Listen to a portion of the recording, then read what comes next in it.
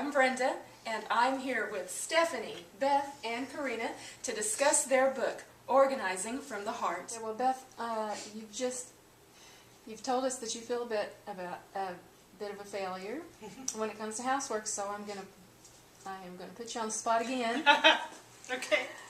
How does looking at getting organized as an act of worship change your perspective about home management?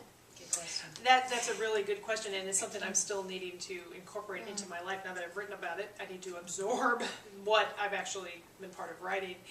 I think what happens for me is I like to do things that interest me and are not boring, and cleaning is boring to me. Okay, I sometimes feel more productive when I'm sitting in front of a computer doing something kind of career-oriented or something, and less like I'm doing something productive if I am cleaning or vacuuming and all that. But to think of the fact that I'm worshiping God when I'm vacuuming the home, which it makes the home nicer for my husband or my young adult son when he comes in. Although, I don't know how that important it is to him. I know my husband enjoys when he walks in and sees something. He's a more thorough cleaner, but he needs his motivation comes from, if it's already picked up, then I think he's more motivated to keep it even deeper. He would do probably more deeper cleaning, but me as the woman of the house has a chance to influence the condition of the home by at least keeping it picked up or starting.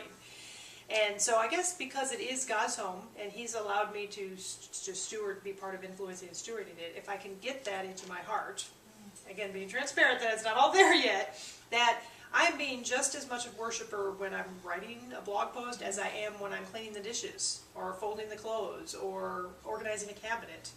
That order reflects God's character.